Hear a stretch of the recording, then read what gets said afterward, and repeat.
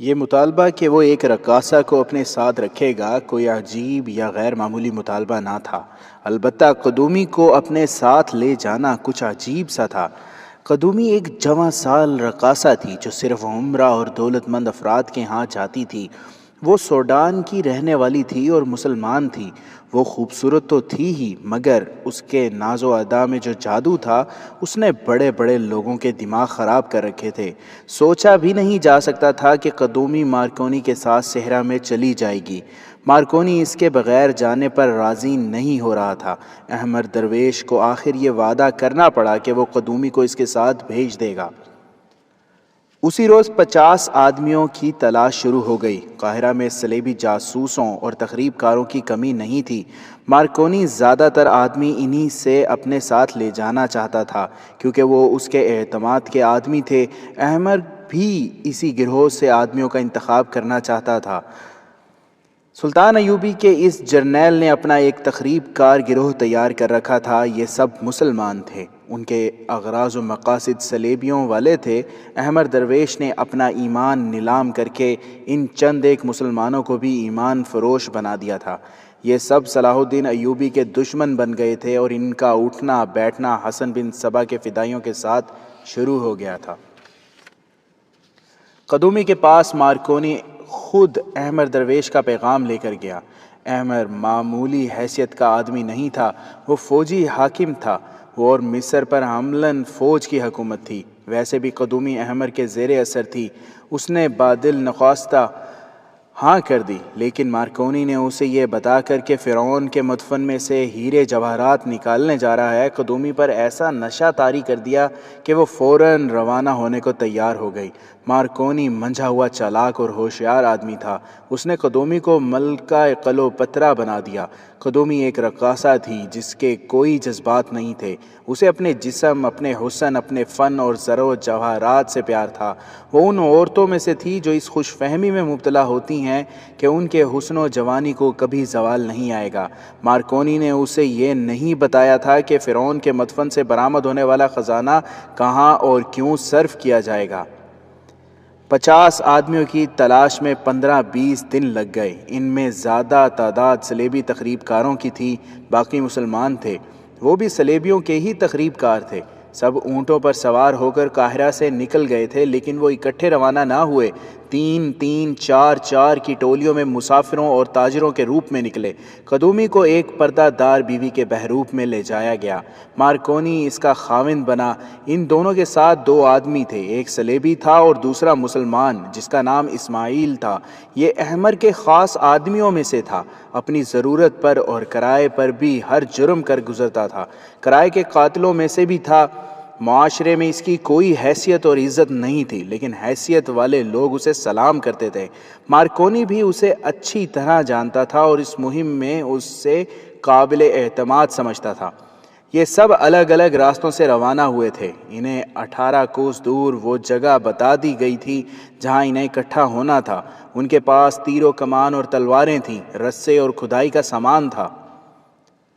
سب سے پہلے مارکونی، اسماعیل، قدومی اور ان کا ایک صلیبی ساتھی وہاں پہنچے تھے۔ مارکونی اسے اس پہاڑی علاقے کے اندر لے گیا تھا۔ سورج غروب ہو چکا تھا اور انہوں نے خیمے لگا لیے تھے۔ اسی رات ان کے ساتھیوں کو پہنچ جانا تھا۔ اسماعیل قدومی کو جانتا تھا، قدومی اس سے واقف نہیں تھی۔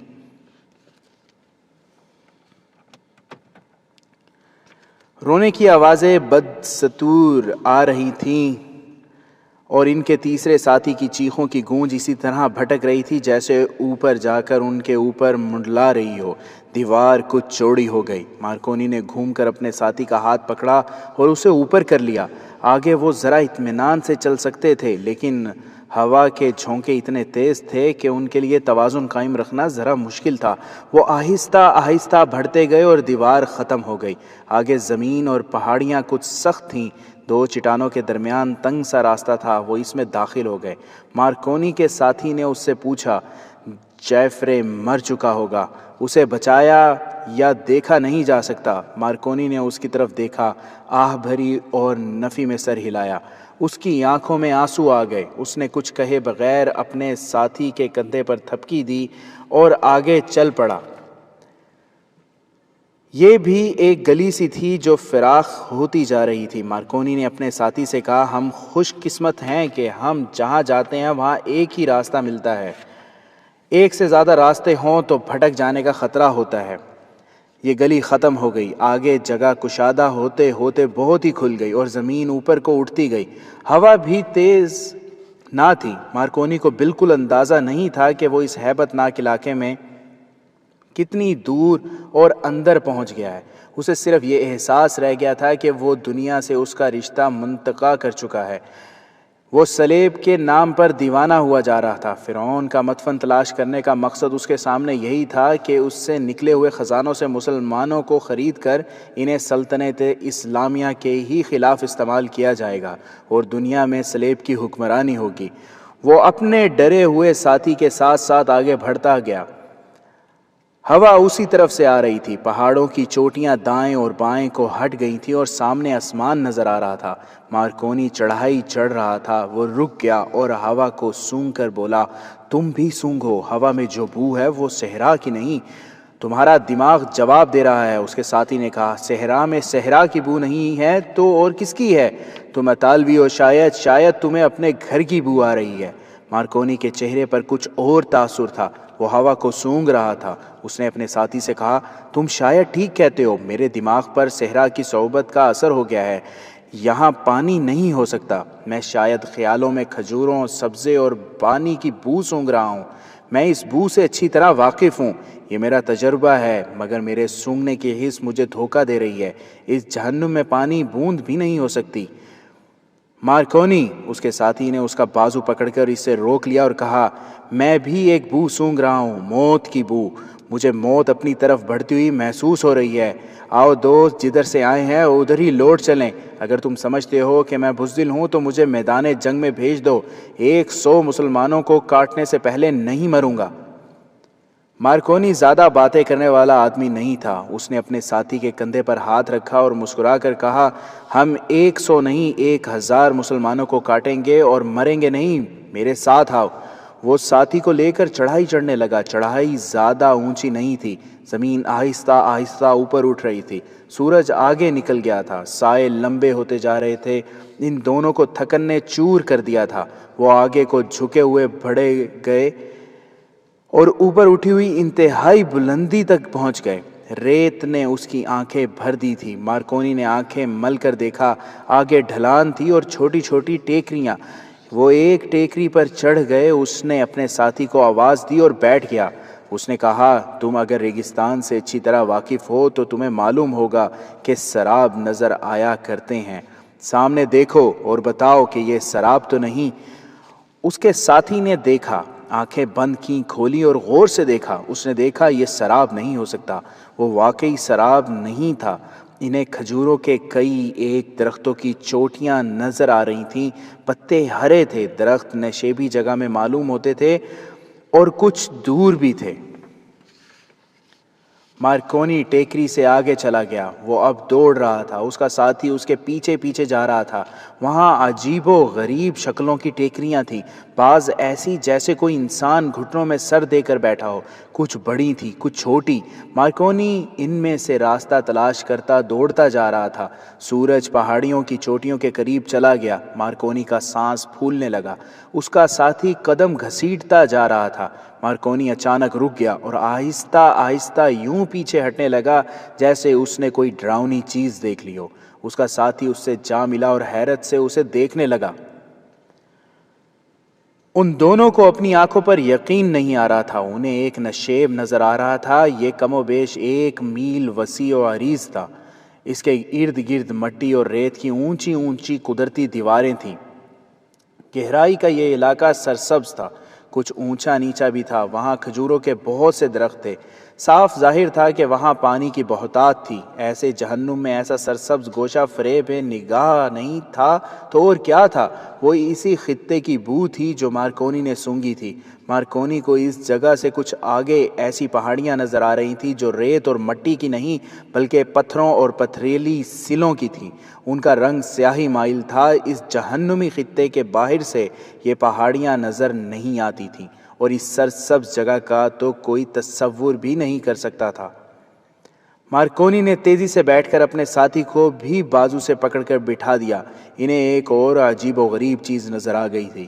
یہ دو انسان تھے جو نشیب میں اس طرح بیٹھے تھے، وہ سر سے پاؤں تک ننگے تھے۔ ان کے رنگ گہرے بادامی اور ان کے چہرے اچھے خاصے تھے۔ کہیں سے ایک عورت نکلی، وہ کسی اور طرف جا رہی تھی، وہ بھی سر سے پاؤں تک ننگی تھی۔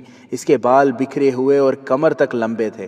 شکل و صورت سے یہ لوگ حبشی اور جنگلی نہیں لگتے تھے۔ یہ بدروہیں ہیں، مارکونی کے ساتھی نے کہا، یہ انسان نہیں ہو سکتے۔ مارکونی، سورج غروب ہونے والا ہے، اٹھو، پیچھے کو بھاگ چلیں، رات کو یہ ہمیں زندہ نہیں چھوڑیں گے۔ مارکونی انہیں بدروہیں سمجھتے ہوئے بھی کہہ رہا تھا کہ یہ انسان ہو سکتے ہیں۔ وہ یقین کرنا چاہتا تھا کہ یہ کون لوگ ہیں۔ وہ ہوا میں اڑ نہیں رہے تھے، زمین پر چل رہے تھے۔ دور انہیں 3 بچے ایک دوسرے کے پیچھے بھاگتے دوڑتے نظر آئے۔ ان سب کی حرکتیں ایسی تھیں جن سے یقین ہوتا تھا کہ یہ انسان ہے۔ مارکونی پیٹ کے بل سرکتا آگے چلا گیا۔ اس کا ساتھی بھی اس کے پہلو میں جا لیٹا۔ وہ جہاں لیٹ کر دیکھ رہے تھے وہاں کی دیوار عمودی نہیں، کچھ ڈھلانی تھی اور ریت زیادہ تھی۔ مارکونی کے ساتھی نے غالباً اور آگے ہونے کی کوشش کی یا جانے کیا ہوا، وہ نیچے کو سرک گیا اور لڑکتا ہوا نیچے جا پڑا۔ وہاں سے اوپر آنا ممکن نہیں تھا۔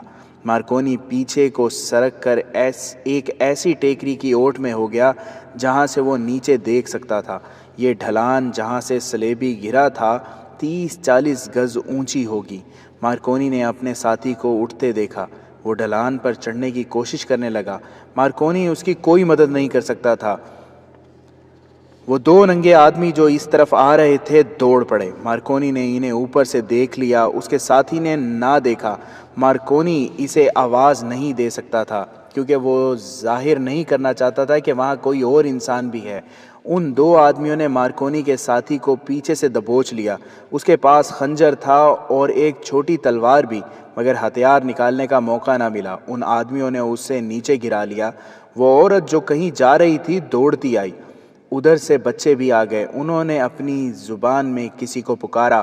معلوم نہیں کہاں سے 10-12 آدمی سب ننگے تھے دوڑتے آئے۔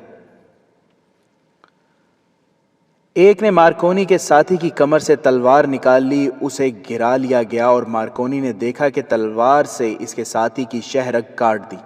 سب آدمی ناچنے لگے۔ وہ کچھ گا بھی رہے تھے اور ہنس بھی رہے تھے۔ اتنے میں ایک ضعیف العمر انسان آ گیا۔ اس کے ہاتھ میں اپنے قد جتنا لمبا عصا تھا۔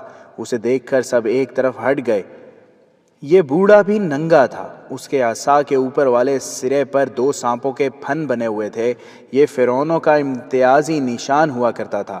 بوڑھے نے مارکونی کے ساتھی کے جسم کو ہاتھ لگایا۔ وہ اب تڑپ نہیں رہا تھا، مر چکا تھا۔ بوڑھے نے ایک اور ہاتھ ہوا میں بلند کیا اور آسمان کی طرف دیکھ کر کچھ کہا۔ تمام ننگے انسان، جن میں چند ایک عورتیں بھی تھیں اور بچے بھی، سجدے میں گر پڑے۔ بوڑھا ابھی تک کچھ بول رہا تھا۔ اس نے ہاتھ پھر اوپر کیا اور سب سجدے سے سر اٹھا کر اٹھ کھڑے ہوئے۔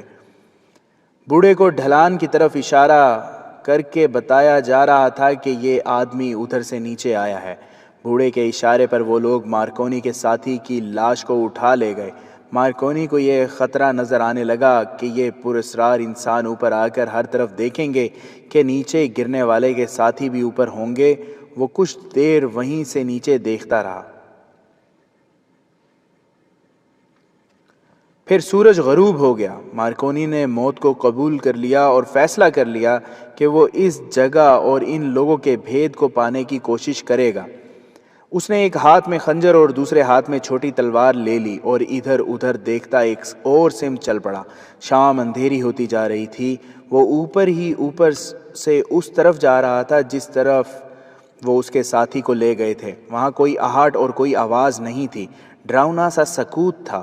وہ دائیں بائیں اور پیچھے دیکھتا آگے ہی آگے چلتا گیا۔ وہ نشیب کی گولائی کے ساتھ ساتھ جا رہا تھا۔ اسے دھیمی دھیمی آوازیں سنائی دینے لگی۔ جب یہ آوازیں بلند ہو گئیں تو یہ ناچنے اور گانے کا ترنم اور ہنگامہ تھا۔ وہ ان آوازوں کی سمت گیا تو اسے ایک اور منظر نظر آیا۔ بائیں طرف ایک اور وسیع نشیبی جگہ تھی، کئی مشعلیں جل رہی تھیں، وہاں بھی سبزہ تھا، جہاں کم و بیش 25 مرد، عورتیں اور بچے آہستہ آہستہ ناچ اور گا رہے تھے۔ ان کے درمیان بہت سی آگ جل رہی تھی۔ اس کے ذرا اوپر ایک انسانی لاش سر اور پاؤں سے باندھ کر زمین کے متوازی لٹکائی ہوئی تھی، اسے گھمایا جا رہا تھا۔ یہ مارکونی کا ساتھی تھا جسے بھونا جا رہا تھا۔ مارکونی یہ ہولناک منظر دیکھتا رہا، اور اس نے یہ منظر بھی دیکھا کہ بوڑھے نے اس کے ساتھی کے جسم سے گوشت کاٹ کر سب میں تقسیم کرنا شروع کر دیا۔ مارکونی کے دل پر ایسا گہرا اثر ہوا کہ وہاں سے ادھر کو واپس چل پڑا جدھر سے آیا تھا۔ اسے راستہ یاد تھا، وہ چوکنا ہو کر چلا جا رہا تھا۔ وہ اس دیوار پر پہنچا جو تصوروں سے زیادہ گہرے نشیب میں کھڑی تھی۔ یہیں اس کا ایک ساتھی گرا تھا۔ وہ جب دیوار کے درمیان اس جگہ پہنچا جہاں سے اس کا ساتھی گرا تھا، اسے دور نیچے غرانے اور بھونکنے کی دبی دبی آوازیں سنائی تھیں۔ وہ سمجھ گیا کہ صحرائی لومڑیاں اس کے ساتھی کو کھا رہی ہیں۔ اس کے دوسرے ساتھی کو تو انسان کھا گئے تھے۔ اب ہوا تیز نہیں تھی، وہ تاریکی میں سنبھل سنبھل کر چلتا اور سرکتا دیوار سے گزر گیا۔ رات کے پچھلے پہر وہ اس جگہ پہنچا جہاں 3 اونٹ بیٹھے تھے۔ اس نے اتنا بھی انتظار نہ کیا کہ اونٹوں کے ساتھ بندھا ہوا پانی پی لیتا۔ وہ ایک اونٹ پر بیٹھا، 2 اونٹوں کو ساتھ لیا اور چل پڑا۔ وہ اگلے دن کی شام تھی جب مارکونی ایک معزز مصری سوداگر کے روپ میں احمر درویش کے گھر میں داخل ہوا۔ احمر نے اسے دیکھتے ہی پوچھا، تم اکیلے ہو؟ وہ دونوں کہاں ہیں؟ مارکونی جواب دینے کی بجائے بیٹھ گیا۔ اس کے تو ہوش ہی ٹھکانے معلوم نہیں ہوتے تھے۔ اس نے احمر کو اپنے سامنے بٹھا لیا اور اسے ایک ایک لمحے اور ایک ایک قدم کی رویداد سنائی۔ احمر کو مارکونی کے 2 ساتھیوں کے مرنے کا ذرا بھر افسوس نہ ہوا۔ اس نے جب سنا کہ ایک ساتھی کو ننگے آدم خوروں نے کھا لیا ہے تو اس نے خوشی سے اچھل کر پوچھا، کیا تم نے اپنی آنکھوں سے دیکھا تھا کہ ان میں سے کسی کے جسم پر کپڑا نہیں تھا؟ بوڑھے کے عصا پر 2 سانپوں کے پھن تم نے دیکھے تھے؟ تم نے اچھی طرح دیکھا تھا کہ ان لوگوں نے ہمارے آدمی کا گوشت کھا لیا تھا؟ میں خواب کی باتیں نہیں سنا رہا، مارکونی نے جھنجھلا کر کہا۔ مجھ پر جو بیتی ہے میں وہ سنا رہا ہوں۔ میں نے اب یہ اپنی آنکھوں دیکھا ہے جو سنا رہا ہوں۔ فرعون بھی یہی سنا رہے ہیں جو تم نے سنایا ہے۔ احمر درویش نے اٹھ کر مارکونی کے کندھوں پر ہاتھ رکھا اور اسے مسرت کی شدت سے جھنجھوڑتے ہوئے کہا، تم نے بھید پا لیا ہے مارکونی۔ یہی ہیں وہ لوگ جن کی مجھے تلاش تھی۔ یہ قبیلہ 16 صدیوں سے وہاں آباد ہے۔ یہ لوگ سوچ بھی نہیں سکتے تھے کہ زمانہ انہیں انسان کا گوشت کھانے پر مجبور کر دے گا۔ تم یہ تحریریں نہیں پڑھ سکتے، میں نے پڑھ لی ہیں۔ لکھا ہے کہ خزانوں کی حفاظت سانپ کیا کرتے ہیں، لیکن میرے مدفن کی حفاظت انسان کریں گے، جو صدیوں بعد سانپ اور درندے بن جائیں گے۔ میرے مدفن کی حدود میں کوئی انسان داخل ہوگا، اسے میرے محافظ کھا جایا کریں گے۔ وقت اور زمانہ انہیں ننگا کر دے گا، لیکن میں نے جہاں اپنا دوسری دنیا کا گھر بنایا ہے وہ جگہ اس کی ستر پوشی کرے گی۔ باہر کا کوئی مرد ان کی عورت پر نظر نہیں ڈال سکے گا۔ جو نظر ڈالے گا وہ وہاں سے زندہ نہیں جا سکے گا۔ میں زندہ واپس آ گیا ہوں، مارکونی نے کہا، اس لیے کہ تم نیچے نہیں گئے۔ احمر نے کہا، تم نے جن سیاہ رنگ کے پتھریلے پہاڑوں کا ذکر کیا ہے وہ پہاڑ اپنے دامن میں کہیں ریمسس کی حنوط کی ہوئی لاش اور خزانے چھپائے ہوئے ہیں، اور یہ ننگے لوگ ان کے آباؤ اجداد اور ریمسس کے وقت سے وہاں پہرا دے رہے ہیں۔ وہ مرتے رہے، ان کی نسل آگے بڑھتی رہی اور 15-16 صدیاں گزر گئیں۔ میں بتا نہیں سکتا کہ وہ زندہ کس طرح رہتے ہیں، شاید درندوں کی طرح صحرا کے مسافروں کے شکار میں رہتے اور انہیں بھون کر کھا لیتے ہیں۔ وہاں پانی کی افراط ہے، کھجوروں کی کمی نہیں۔ ان کا زندہ رہنا حیران کن نہیں۔ وہ آج بھی فرعونوں کو خدا سمجھتے ہیں۔ اگر ان کے عقیدے ٹوٹ چکے ہوتے تو وہاں نہ ہوتے۔ تم نے ان کے پاس کوئی ہتھیار دیکھے تھے؟ نہیں۔ ان کی تعداد کا کچھ اندازہ؟ رات کو جب اکٹھے تھے تو 25 تھے۔ وہ اس سے زیادہ بھی ہو سکتے ہیں، احمر درویش نے کہا۔ ہاں، مارکونی نے کہا، میں نے ان کے پاس 2 اونٹ بھی دیکھے تھے۔ اونٹ زیادہ بھی ہو سکتے ہیں، مگر میں نے صرف 2 دیکھے تھے۔ پھر وہ باہر آتے ہوں گے، احمر درویش نے کہا۔ وہ باہر ضرور آتے ہوں گے۔ مسافروں کو پکڑنے کے لیے انہیں باہر آنا ہی پڑتا ہوگا۔ سنو مارکونی، غور سے سنو، وہاں کوئی ایسا سیدھا راستہ ضرور ہے جس سے وہ باہر آتے ہیں اور اندر جاتے ہوں گے۔ یہ پہاڑوں کا کوئی خفیہ راستہ ہوگا۔ میں نے تمہیں جو راستہ بتایا تھا وہ آنے جانے کا ایسا راستہ نہیں جس سے بار بار آیا جا سکے۔ وہاں کوئی اور راستہ ہے جو ان ننگے آدم خوروں سے معلوم کیا جا سکتا ہے۔ میں اس کی ترکیب سوچ چکا ہوں۔ ترکیب یہ ہے کہ وہاں باقاعدہ حملہ کیا جائے۔ ہو سکتا ہے ہمیں اس دیوار نما ٹیلے سے جس سے تمہارا ایک ساتھی گر کر مرا ہے اور آدمی گرا کر مارنے پڑیں گے، لیکن یہ قربانی ضروری ہے۔ بتاؤ 25-30 نہتے آدمیوں کو جن میں بچے اور عورتیں بھی ہیں مارنے کے لیے، اور ان میں 2-3 کو زندہ پکڑنے کے لیے تمہیں کتنے آدمی درکار ہیں؟ کم سے کم بتاؤ۔ تم ان آدمیوں کے رہنما اور سربراہ ہوگے۔ میں ترکیب سمجھ گیا ہوں، مارکونی نے کہا۔ ایک ترکیب میرے دماغ میں بھی آئی ہے۔ ہم انہیں قتل کر سکتے ہیں، 2-3 کو زندہ پکڑ سکتے ہیں، لیکن میں آپ کو یہ یقین نہیں دلا سکتا کہ وہ اس جگہ کے تمام بھید ہمیں بتا دیں گے۔ اپنے قبیلے کو مرتا دیکھ کر وہ بھی مرنے کے لیے تیار ہو جائیں گے، لیکن بتائیں گے کچھ نہیں۔ میں ایسی ترکیب کروں گا کہ ان میں سے 1-2 آدمی باہر کو بھاگ اٹھیں اور ان کا تعاقب کیا جائے۔ راستہ معلوم ہو جائے گا۔ تم دانش مند ہو مارکونی، احمد درویش نے کہا۔ بتاؤ کتنے آدمی ہوں گے؟ 50، مارکونی نے جواب دیا اور کہا۔ زیادہ تر آدمی میرے منتخب کیے ہوں گے۔ میں انہیں تلاش کر لوں گا، مگر مہم کے آغاز سے پہلے میں اپنی شرطیں پیش کرنا چاہتا ہوں۔ تمہیں منہ مانگا انعام ملے گا، احمد نے کہا۔ مجھے خزانے سے حصہ ملنا چاہیے، مارکونی نے کہا۔ اتنی خطرناک مہم میرے فرائض میں شامل نہیں۔ میں جاسوس اور تخریب کار ہوں۔ مجھے خزانے کی تلاش کے لیے نہیں بھیجا گیا۔ یہ آپ کی ذاتی مہم ہے۔ میں انعام نہیں، منہ مانگا حصہ لوں گا۔ اگر آپ کا منصوبہ کامیاب ہو گیا تو آپ کو ایک ریاست کی حکمرانی مل جائے گی۔ میں جاسوس کا جاسوس رہوں گا۔ یہ مہم اور یہ منصوبہ ذاتی نہیں، احمد درویش نے کہا۔ یہ مصر، سلیب اور سوڈان کی حکمرانی کا منصوبہ ہے۔ مارکونی نے اپنے مطالبے پر قائم رہنے کی کوشش کی۔ احمد مجبور ہو گیا۔ اسے احساس تھا کہ مارکونی کے سوا ریمسیس کے مدفن تک کوئی اور نہیں پہنچ سکتا۔ اس کے مطالبے ماننے کے سوا کوئی چارہ کار نہ تھا۔ مارکونی نے کہا، معلوم نہیں مجھے کتنے دن صحرا میں رہنا پڑے۔ میں ایسی سخت اور خوش خوراک پسند نہیں کروں گا۔ مجھے 2-3 اونٹ فالتو دیے جائیں جو میں اور میرے ساتھی بھون کر کھا سکیں، اور مجھے قدومی دی جائے۔ قدومی؟ احمد درویش نے حیرت سے کہا۔ اتنی نازک اور ایسی اعلیٰ درجے کی رقاصہ کو تمہارے ساتھ ایسی خطرناک مہم میں روانہ کر دوں؟ وہ جانے پر بھی راضی نہیں ہوگی۔ اسے زیادہ معاوضہ پیش کریں، وہ راضی ہو جائے گی، مارکونی نے کہا۔ میں اس کے لیے ایسا انتظام کروں گا کہ وہ محسوس ہی نہیں کر سکے گی کہ وہ صحرا میں ہے اور کسی خطرناک مہم میں شریک ہے۔ میں اس کی قدر و قیمت سے واقف ہوں۔ اچانک گرم ہوا کے جھونکے تیز ہونے لگے، ریت اڑنے لگی اور اس کے ساتھ ہی عورتوں کے رونے کی آوازیں سنائی دینے لگیں۔ 2 یا 3 عورتیں اونچی آواز میں رو رہی تھیں۔ مارکونی کے ساتھی گھبرا گئے۔ مارکونی نے کان کھڑے کیے۔ ایک ساتھی نے کہا، اس دوزخ میں کوئی عورت زندہ نہیں ہو سکتی، یہ بدروحیں ہیں۔ یہ کچھ بھی نہیں، مارکونی نے کہا، بدروحیں بھی نہیں، زندہ عورتیں بھی نہیں، یہ ہوا کی پیدا کی ہوئی آوازیں ہیں۔ اس علاقے میں بعض ٹیلوں میں لمبے لمبے سوراخ ہیں جو دونوں طرف کھلتے ہیں، اور بعض چٹانوں کی شکل ایسی ہے کہ ان سے تیز ہوا کے جھونکے گزرتے ہیں تو اس قسم کی آوازیں پیدا ہوتی ہیں جو تم سن رہے ہو۔ نیچے اتنی گہری اور اتنی وسیع کھائی ہے اس پر ننگے پہاڑ کھڑے ہیں۔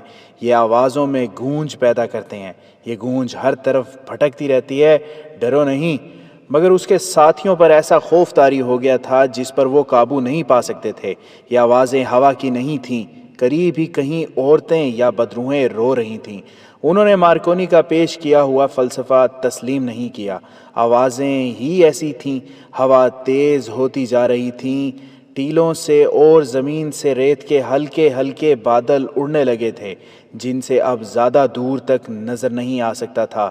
مارکونی نے اس قدرتی دیوار پر پہلا قدم رکھا جو اس بھیانک نشیب میں کھڑی تھی۔ وہاں جگہ اتنی کچی تھی کہ ریت اور مٹی میں پاؤں دھنس گیا۔ اس نے دوسرا پاؤں آگے رکھا اور نیچے دیکھا۔ گہرائی دیکھ کر وہ سر سے پاؤں تک کانپ گیا۔ اب اس گہرائی کی تہ بالکل ہی نظر نہیں آتی تھی کیونکہ ریت اڑ رہی تھی۔ یوں لگتا تھا جیسے اس کی تہ ہے ہی نہیں۔ مارکونی چند قدم آگے چلا گیا۔ وہاں اس کے دائیں یا بائیں کوئی ٹیلا نہیں تھا۔ وہ تو جیسے ہوا میں کھڑا تھا۔ ہوا کے تیز جھونکوں نے اس کے جسم کو دھکیل کر اس کا توازن بگاڑ دیا۔ رونے کی آوازیں اور بلند ہو گئیں۔ اس نے اپنے ساتھیوں سے کہا، آرام آرام سے پاؤں جماتے آؤ، نیچے بالکل نہ دیکھنا، یہ تصور کرتے آنا کہ تم زمین پر چل رہے ہو۔ اس کے دونوں ساتھیوں پر پہلے ہی خوف طاری تھا۔ دیوار پر 3-4 قدم آگے گئے تو ہوا کی تندی نے ان کے پاؤں اکھاڑ دیے۔ ان کے جسم ڈولنے لگے۔ مارکونی ان کی حوصلہ افزائی کر رہا تھا اور آہستہ آہستہ آگے بڑھ رہا تھا۔ وہ وسط میں پہنچ گئے اور وہاں مارکونی نے دیکھا کہ دیوار ٹوٹی ہوئی ہے اور ذرا نیچے چلی گئی ہے۔ وہاں چوڑائی اتنی کم تھی کہ کھڑے ہو کر چلا نہیں جا سکتا تھا۔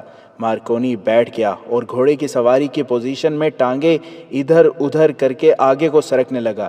دیوار کی چوڑائی کم اور گول ہوتی جا رہی تھی۔ مارکونی نیچے کو سرک گیا۔ اس کے پیچھے اس کا ایک ساتھی بھی آگے چلا گیا۔ اچانک تیسرے ساتھی کی بے حد گھبرائی ہوئی آواز سنائی دی، مارکونی مجھے پکڑنا، مگر اس تک کوئی نہ پہنچ سکا۔ وہ ایک طرف لڑک گیا تھا۔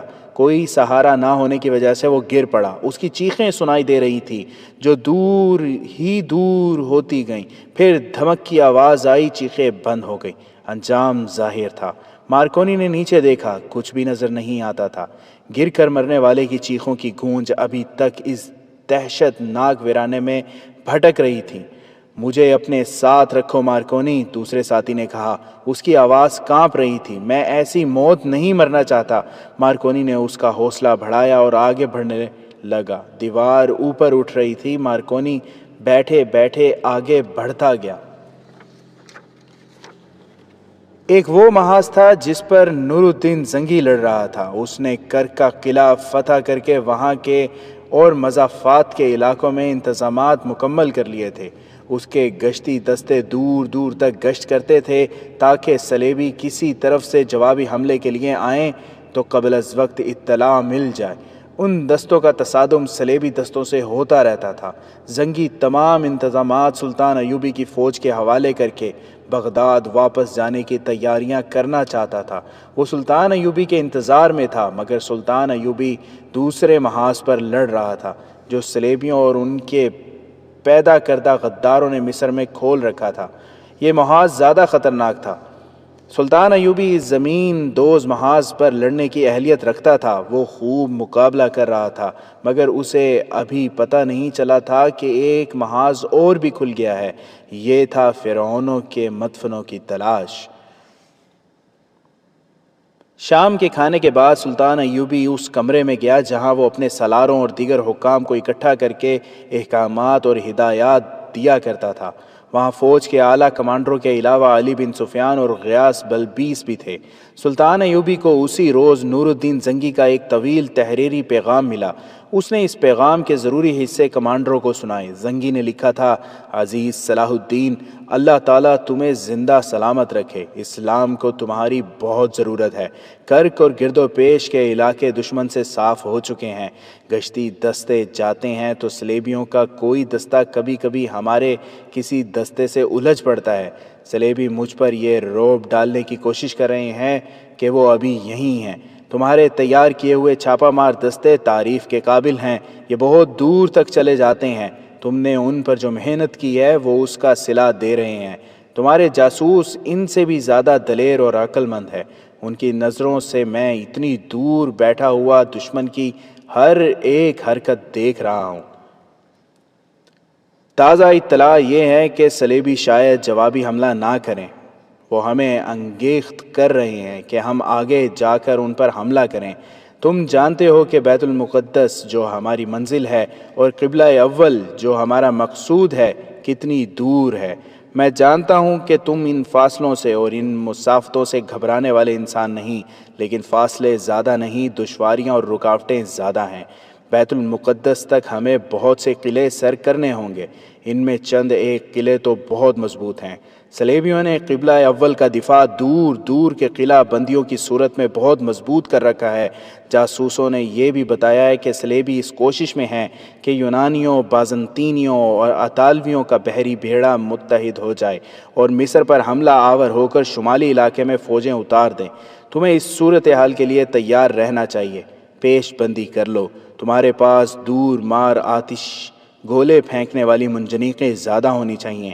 میں یہ مشورہ دوں گا کہ شمالی علاقے کی زمین اجازت دے دے تو دشمن کے بحری بیڑے کو ساحل تک نہ آنے دو۔ وہاں مزاحمت نہ کرو۔ دشمن کو اس خوش فہمی میں مبتلا کر دو کہ اس نے تمہیں بے خبری میں آن دبوچا ہے۔ فوجیں اتر آئیں تو جہازوں پر آگ برساؤ اور صلیبی فوج کو اپنی پسند کے میدان میں گھسیٹ لاؤ۔ میں تمہاری مجبوریوں سے بے خبر نہیں ہوں۔ تمہارے قاصد نے تمام حالات بتائے ہیں۔ رب کعبہ کی قسم، صلیبیوں کی ساری بادشاہیاں طوفان کی طرح آ جائیں تو بھی امت رسول اللہ صلی اللہ علیہ وسلم کا کچھ نہیں بگاڑ سکتی۔ امت لہو دینا جانتی ہے۔ یہ سرفروشوں کی امت ہے، مگر ایمان فروشوں نے ہمیں زنجیریں ڈال رکھی ہیں۔ تم قاہرہ میں قید ہو گئے ہو، میں بغداد سے نہیں نکل سکتا۔ عورت، شراب اور زر و دولت نے ہماری صفوں میں شگاف کر ڈالے ہیں۔ اگر ہمارے گھر میں سکون اور اعتماد تو ہم دونوں صلیب کا مقابلہ کرتے، مگر کفار نے ایسا طلسم پیدا کیا ہے کہ مسلمان بھی کافر ہو گئے ہیں۔ یہ کافر مسلمان اتنے مردہ ہو چکے ہیں کہ یہ احساس بھی نہیں رکھتے کہ ان کا دشمن ان کی بیٹیوں کی عصمت سے کھیل رہا ہے۔ کرک کے مسلمان بہت بری حالت میں ہیں۔ صلیبیوں نے ان پر جو مظالم ڈھائے ہیں وہ سنو تو لہو کے آنسو رو۔ میں اپنی قوم کے غداروں کو کیسے سمجھاؤں کہ دشمن کی دوستی دشمنی سے زیادہ خطرناک ہے۔ تم نے افسوس کا اظہار کیا ہے کہ تمہارے اپنے بھائی اور اچھے حاکم اور کماندار تمہارے ہاتھوں قتل ہو رہے ہیں۔ صلاح الدین ایوبی، افسوس ان پر نہیں کہ وہ تمہارے ہاتھوں قتل ہوئے، افسوسناک امر یہ ہے کہ وہ غدار ہوئے، اور یہ بھی افسوسناک ہے کہ صلیبی خوش ہو رہے ہوں گے کہ وہ مسلمانوں کو مسلمانوں کے ہاتھ قتل کرا رہے ہیں۔ تم غداروں کو بخشش نہیں دے سکتے۔ غدار کی سزا قتل ہے۔ میں تمہارا انتظار کر رہا ہوں۔ تم جب آؤ، تمہارے ساتھ فوج زیادہ ہونی چاہیے۔ صلیبی تمہیں قلعہ بندیوں میں لڑا کر تمہاری طاقت زائل کرنا چاہتے ہیں۔ کہیں ایسا نہ ہو کہ بیت المقدس کے راستے میں ہی تم بے دست پا ہو جاؤ۔ تم جب آؤ تو مصر کے اندرونی حالات کو پوری طرح قابو میں کر کے آنا۔ سوڈانیوں کی طرف سے چوکنا رہنا۔ مجھے معلوم ہوا ہے کہ تمہارے سامنے کچھ مالی مسائل بھی ہیں۔ میں تمہاری مدد کرنے کی کوشش کروں گا۔ بہتر ہے کہ اپنے مسائل خود ہی حل کرنے کی کوشش کرو، اور یہ کوشش بھی کرو کہ قاہرہ سے جلدی نکل آؤ، لیکن اندر اور باہر کے حالات دیکھ کر وہاں سے نکلنا۔ اللہ تمہارا حامی ہے۔ صلاح الدین ایوبی نے مجلس کے حاضرین کو یہ پیغام پڑھ کر سنایا اور انہیں یہ امید افزا خبریں سنائیں کہ فوج میں شامل ہونے کے لیے دیہاتی علاقے سے لوگ آنے لگے ہیں۔ توہم پرستی کی جو مہم دشمن نے شروع کی تھی وہ ختم کر دی گئی ہے، لیکن کہیں کہیں اس کے اثرات باقی ہیں۔ ایک فتور مسجدوں سے بھی اٹھا تھا، اسے بھی دبا لیا گیا ہے۔ 3-4 اماموں نے انہی تہمات کے جو صلیبیوں نے ہمارے مذہب میں شامل کرنے کی کوشش کی تھی، لوگوں کے ذہنوں میں ڈالنا شروع کر دیا تھا۔ انہوں نے اپنے آپ کو خدا کا ایلچی بنا لیا تھا۔ ہمارے سامنے ایسے لوگ آئے ہیں جو کسی مصیبت کے وقت براہ راست خدا سے دعا مانگنے کے بجائے اماموں کو نذرانے دیتے رہے کہ وہ ان کے لیے دعا کریں۔ یہ وہم پھیلا دیا گیا تھا کہ عام آدمی خدا سے کچھ نہیں مانگ سکتا، نہ خدا اس کی سنتا ہے۔ سلطان ایوبی نے کہا، میں نے ان اماموں کو مسجدوں سے نکال دیا ہے اور مسجدیں ایسے اماموں کے حوالے کر دی ہیں جن کے نظریات اور عقیدے قرآن کے عین مطابق ہیں۔ وہ اب لوگوں کو یہ سبق دے رہے ہیں کہ مسلمان کا خدا عالم اور بے علم کے لیے، امیر اور غریب کے لیے، حاکم اور رعایا کے لیے ایک جیسا ہے۔ وہ ہر کسی کی دعا سنتا ہے، اچھے عمل کی جزا اور برے عمل کی سزا دیتا ہے۔ میں اپنی قوم میں یہی قوت اور یہی جذبہ پیدا کرنے کی کوشش کر رہا ہوں کہ وہ اپنے آپ کو اور خدا کو سمجھنے کی کوشش کریں۔ میرے دوستو، تم نے دیکھ لیا کہ تمہارا دشمن صرف میدان جنگ میں نہیں لڑ رہا، وہ تمہارے دلوں میں نئے عقیدے ڈال رہا ہے۔ یہودی اس مہم میں پیش ہے۔ یہودی اب کبھی تمہارے آمنے سامنے آ کر نہیں لڑے گا، وہ تمہارے ایمان کو کمزور کرنے کی کوشش کر رہا ہے۔ اس عمل میں اتنی جلدی کامیاب نہیں ہو سکتا، لیکن وہ ناکام بھی نہیں ہوگا۔ وہ وقت آئے گا جب خدا کی دھتکاری ہوئی یہ قوم مسلمانوں کو کمزور دیکھ کر ایسی چال چلے گی کہ اپنے مقصد کو پالے گی۔ اس کا خنجر سلطنت اسلامیہ کے سینے میں اتر جائے گا۔ اگر اپنی تاریخ کو اس ذلت سے بچانا چاہتے ہو تو آج ہی پیش بندی کر لو، اپنی قوم کے قریب جاؤ، اپنے آپ کو حاکم اور قوم کا محکوم سمجھنا چھوڑ دو۔ ان میں اتنا وقار پیدا کرو کہ یہ قومی وقار پر جانیں قربان کر دیں۔ سلطان ایوبی نے بتایا کہ صلیبیوں کے پاس عورت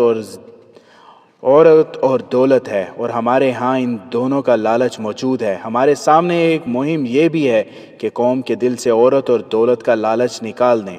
اس کے لیے ایمان کی مضبوطی ضروری ہے۔ امیر محترم، ایک اعلیٰ کمانڈر نے کہا، ہمیں دولت کی ضرورت بھی ہے، اخراجات پورے کرنے مشکل ہو رہے ہیں، ہمیں بعض کاموں میں مشکل پیش آتی ہے۔ میں یہ مشکل آسان کر دوں گا، سلطان ایوبی نے کہا۔ تمہیں یہ حقیقت ہمیشہ کے لیے قبول کرنی پڑے گی کہ مسلمانوں کے پاس دولت کی اور فوج کی کمی رہی ہے اور رہے گی۔ ہمارے رسول اللہ صلی اللہ علیہ وسلم نے پہلی جنگ 313 مجاہدین کی طاقت سے لڑی تھی۔ اس کے بعد مسلمان جہاں بھی لڑے اسی تناسب سے لڑے۔ مسلمانوں کے پاس دولت کی کمی کبھی نہیں رہی۔ دولت چند ایک افراد کے گھروں میں چلی گئی۔ اب بھی ہماری قوم کا یہی حال ہے۔ چھوٹی چھوٹی ریاستوں کے جو مالک مسلمان ہیں ان کے پاس دولت کے ڈھیر پڑے ہیں۔ دولت کے ڈھیر یہاں بھی پڑے ہیں۔ سالار اعظم غیاث بلبیس نے کہا، اگر آپ اجازت دیں تو ہم ایک نئی مہم شروع کر سکتے ہیں۔ آپ کو معلوم ہے کہ مصر خزانوں کی سرزمین ہے۔ یہاں جو فرعون بھی مردہ اپنا تمام تر خزانہ اپنے ساتھ زمین کے نیچے لے گئے۔ وہ خزانے کس کے تھے؟ یہ اس غریب مخلوق کی دولت تھی جسے بھوکا رکھ کر اس سے سجدے کرائے گئے۔ اس دور کے انسان نے فرعون کو خدا صرف اس لیے کہا تھا کہ وہ انسان بھوکا تھا۔ اس کی قسمت فرعونوں کے ہاتھ میں تھی۔ اس کی زندگی اور موت بھی فرعونوں نے اپنے ہاتھ میں لے لی تھی۔ انسانوں سے زمین کھدوا کر اور پہاڑ کٹوا کر فرعونوں نے اپنے زمین دوز مقبرے بنائے تو وہ ایسے جیسے ان کے محل تھے۔ ان میں انہوں نے وہ دولت ڈھیر کر لی جو لوگوں کی تھی۔ اگر آپ اجازت دیں تو ہم فرعونوں کی زمین دوز مقبروں اور مدفنوں کی تلاشی شروع کر دیں اور خزانے ملک اور قوم کی خاطر استعمال کریں۔ غیاث بلبیس کی تائید میں کئی آوازیں اٹھیں۔ یہ صحیح ہے امیر محترم، ہم نے اس سے پہلے کبھی غور ہی نہیں کیا تھا۔ ہم اس مہم میں فوج کو استعمال کر سکتے ہیں۔ شہری آبادی سے ایک لشکر جمع کیا جا سکتا ہے۔ ہاں، غیر فوجیوں کو استعمال کیا جائے اور انہیں اجرت دی جائے۔ مجلس میں ہنگامہ سا برپا ہو گیا۔ ہر کوئی کچھ نہ کچھ کہہ رہا تھا۔ اگر کوئی خاموش تھا تو وہ صلاح الدین ایوبی تھا۔ مجلس میں بہت دیر بعد یہ احساس پیدا ہوا کہ ان کا امیر اور سالار اعظم خاموش ہے۔ مجلس پر بھی خاموشی طاری ہو گئی۔ سلطان ایوبی نے سب پر نگاہ ڈالی اور کہا، میں اس مہم کی اجازت نہیں دے سکتا جس کی تجویز غیاث بلبیس نے پیش کی ہے۔ مجلس پر سناٹا طاری ہو گیا۔ کسی کو توقع نہیں تھی کہ سلطان ایوبی اس تجویز کو ٹھکرا دے گا۔ اس نے کہا، میں نہیں چاہتا کہ مرنے کے بعد تاریخ مجھے قبر چور اور مقبروں کا ڈاکو کہے۔ تاریخ نے مجھے ذلیل کیا تو اس میں تمہاری بھی ذلت ہوگی۔ آنے والی نسلیں کہیں گی کہ صلاح الدین ایوبی کے مشیر اور وزیر بھی قبر چور تھے۔ صلیبی اس الزام کو خوب اچھالیں گے اور تمہاری قربانیوں اور جذبہ اسلام کو ڈکیتی اور رہزنی کا نام دے کر تمہیں تمہاری ہی نسلوں میں رسوا کر دیں گے، اور تم ہی نہیں ہماری تاریخ ذلیل اور رسوا ہو جائے گی۔ گستاخی معاف امیر محترم، علی بن سفیان نے کہا، تھوڑے سے عرصے کے لیے مصر صلیبیوں کے قبضے میں آیا تھا۔ انہوں نے سب سے پہلے یہاں کے خزانوں کی تلاش شروع کی تھی۔ قاہرہ کے مضافات میں ہم نے جن کھنڈروں سے صلیبی تخریب کاروں اور فدائیوں کا ایک گروہ پکڑا تھا وہ کسی فرعون کا مدفن تھا۔ وہاں سے وہ سب کچھ لے گئے تھے۔ صلیبیوں کی حکومت زیادہ دیر قائم نہ رہی، ورنہ وہ یہاں کے تمام خزانے نکال کر لے جاتے۔ محترم غیاث بلبیس نے ٹھیک کہا ہے کہ یہ خزانے اگر کسی کی ملکیت ہیں تو وہ فرعون نہیں تھے، ان کے مالک اس وقت کے انسان تھے۔ میں یہ مشورہ پیش کرنے کی جرت ضرور کروں گا کہ یہ خزانے نکال کر آج کے انسان کی فلاح و بہبود اور وقار کے لیے استعمال کیے جائیں، اور میں تمہیں یہ بھی بتا دوں، سلطان ایوبی نے کہا، کہ یہ خزانے تمہارے سامنے آئے تو تم بھی فرعون بن جاؤ گے۔ انسان کو یہ جرت کس نے دی تھی کہ وہ اپنے آپ کو خدا سمجھے؟ دولت اور دولت کی ہوس نے۔ انسان کو انسان کے آگے سجدہ کس نے کرایا تھا؟ مفلسی اور بھوک نے۔ تم سلیبیوں کی بات کرتے ہو کہ انہوں نے فرعونوں کے مدفن کو لوٹا۔ میں تمہیں بتاتا ہوں کہ جب پہلے فرعون کی لاش تمام تر خزانے کے ساتھ زمین میں دبائی گئی تھی، قبر چوری اسی وقت شروع ہو گئی تھی۔ انسان وحشیوں اور درندوں کی طرح پہلے فرعون کے مدفن پر ٹوٹ پڑے تھے۔ ان کا دین اور ایمان صرف دولت بن گیا تھا۔ پھر فرعون مر کر اپنے خزانے زمین میں لے جاتے رہے اور قبر چوری باقاعدہ پیشہ بن گئی۔ اس کے بعد ہر فرعون نے اپنی زندگی میں ہی اپنا مدفن کسی ایسی جگہ تیار کرایا کہ کوئی اسے کھول نہ سکے، اور جب فرعونوں کا دور ختم ہو گیا تو مصر جس کے قبضے میں بھی آیا، اس نے ان چھپے ہوئے خزانوں کی تلاش شروع کر دی۔ میں جانتا ہوں کہ فرعونوں کے بہت سے مدفن ایسے ہیں جن کے متعلق کوئی جانتا ہی نہیں کہ کہاں ہیں۔ وہ زمین دوز محل ہیں۔ قیامت تک مصر کے حکمران اور حملہ آور ان مدفنوں کو ڈھونڈتے رہیں گے۔ ان تمام حکومتوں کو زوال کیوں آیا؟ صرف اس لیے کہ ان کی توجہ خزانوں پر مرکوز ہو گئی تھی۔ رعایا کو یہ تاثر دیا گیا کہ دولت ہے تو عزت ہے، ہاتھ خالی ہے تو تم بھی اور تمہاری بیٹیاں بھی ان کی ہیں جن کے پاس دولت ہے۔ میرے رفیقو، صلاح الدین ایوبی کو اس قطار میں کھڑا نہ کرو۔ میں اپنی قوم کو یہ تاثر دینا چاہتا ہوں کہ اصل دولت قومی وقار اور ایمان ہے، لیکن یہ تاثر صرف اس صورت میں پیدا کیا جا سکتا ہے کہ میں خود اور تم سب جو حکومت کے ستون ہو دل سے دولت کا لالچ نکال دو۔ ہم ان خزانوں کی تلاش ذاتی لالچ کے لیے نہیں کرنا چاہتے، ایک کمانڈر نے کہا، ہم قومی ضروریات کے پیش نظر یہ مہم شروع کرنا چاہتے ہیں۔ میں جانتا ہوں میرا انکار تم میں سے کسی کو پسند نہیں، سلطان ایوبی نے کہا، میری بات سمجھنے کے لیے تمہیں اپنے ذہن بالکل خالی کرنے ہوں گے۔ میری عقل مجھے بتا رہی ہے کہ باہر سے آئی ہوئی دولت جو قومی ضروریات کے لیے آئی ہو، حاکموں کے ایمان متزلزل کر دیا کرتی ہے۔ یہ دولت کی لعنت ہے۔ اگر میرے پاس گھوڑا خریدنے کے لیے رقم نہیں ہوگی تو میں فوج کے ساتھ پیدل بیت المقدس جاؤں گا۔ گھوڑا خریدنے کے لیے مردوں کے کفن اتار کر انہیں نہیں بیچوں گا۔ میرا مقصد بیت المقدس کو صلیبیوں سے آزاد کرانا ہے۔ گھوڑا خریدنے کے لیے رقم کا حصول میرا مقصد نہیں۔ تم جب خزانوں کی تلاش کرنے لگو تو قوم میں ایسے لوگ موجود ہیں جو اپنے طور پر چوری چھپے مقبروں کو اکھاڑنے لگیں گے۔ مصر میں ایسا ہوتا آیا ہے، اور جب یہ خزانے تمہارے سامنے آئیں گے تو تم ایک دوسرے کے اگر دشمن نہ ہوئے تو ایک دوسرے کو شک کی نگاہوں سے دیکھو گے۔ جہاں خزانے آ جاتے ہیں وہاں انسانی محبت ختم ہو جاتی ہے، حقوق العباد کا جذبہ ختم ہو جاتا ہے۔ ان زر و جواہرات نے انسان کو خدا بنایا تھا۔ وہ عذاب کہاں ہیں؟ آسمانوں پر نہیں، زمین کے نیچے ہے۔ میرے رفیقو، میں ایک نئے جرم کی بنیاد نہیں ڈالنا چاہتا۔ ان خزانوں سے بچو۔ یہ خزانوں کے لالچ کا ہی کرشمہ ہے کہ تمہاری صفوں میں غدار بھی موجود ہیں۔ تم 2 غداروں کو قتل کرتے ہو تو 4 اور پیدا ہو جاتے ہیں۔ اپنی تقدیر اپنی تدبیر سے بناؤ۔ تم مسلمان ہو، اپنی قسمت کفار کے ہاتھوں میں نہ دو، ورنہ سب غدار ہو جاؤ گے۔ فرعون مر چکے ہیں، انہیں زمین کی تہوں میں دبا رہنے دو۔ آپ کے حکم کے بغیر ہم ایسی کوئی مہم شروع نہیں کریں گے، کسی نے کہا۔ غیاث، سلطان ایوبی نے غیاث بلبیس سے مسکرا کر پوچھا، آج تمہیں ان پوشیدہ خزانوں کا خیال کیسے آ گیا ہے؟ مجھے یہاں آئے 4 سال ہو گئے ہیں، اس سے پہلے یہ تجویز کیوں پیش نہ کی؟ میں نے ایسا کبھی نہیں سوچا تھا امیر محترم، غیاث بلبیس نے کہا۔ تقریباً 2 مہینے ہوئے کتب خانے کے محرر نے مجھے بتایا تھا کہ پرانے کاغذات میں سے کچھ کاغذات گم ہو گئے ہیں۔ میں نے ان کاغذات کی نوعیت اور اہمیت پوچھی تو اس نے بتایا کہ وہ ایسے اہم نہیں تھے کہ تلاش ضروری سمجھی جائے۔ یہ کچھ نقشے تھے جو فرعونوں کے وقتوں کی تحریریں تھیں۔ بہت ہی بوسیدہ اور کرم خوردہ کاغذات اور کپڑے تھے۔ محرر نے جب فرعونوں کا نام لیا تو مجھے خیال آیا کہ ان تحریروں اور نقشوں میں فرعونوں کے خفیہ مقبروں کے متعلق معلومات ہو سکتی ہے۔ میں نے وہ پلندے دیکھے جن میں سے کاغذات گم ہوئے تھے۔ میں نے یہ سوچ کر زیادہ توجہ نہ دی کہ ان تحریروں کو آج کون پڑھ اور سمجھ سکتا ہے۔ تم نے صحیح نہیں سوچا غیال بلبیس، سلطان ایوبی نے کہا۔ مصر میں ایسے لوگ موجود ہیں جو ان تحریروں اور اشاروں کو سمجھ سکتے ہیں۔ ان کاغذوں اور نقشوں کی چوری حیران کن نہیں، یہ چوری خزانے کے کسی لالچی نے کی ہوگی۔ ان کاغذوں کے ساتھ مجھے کوئی دلچسپی نہیں، مجھے چور کے ساتھ دلچسپی ہے۔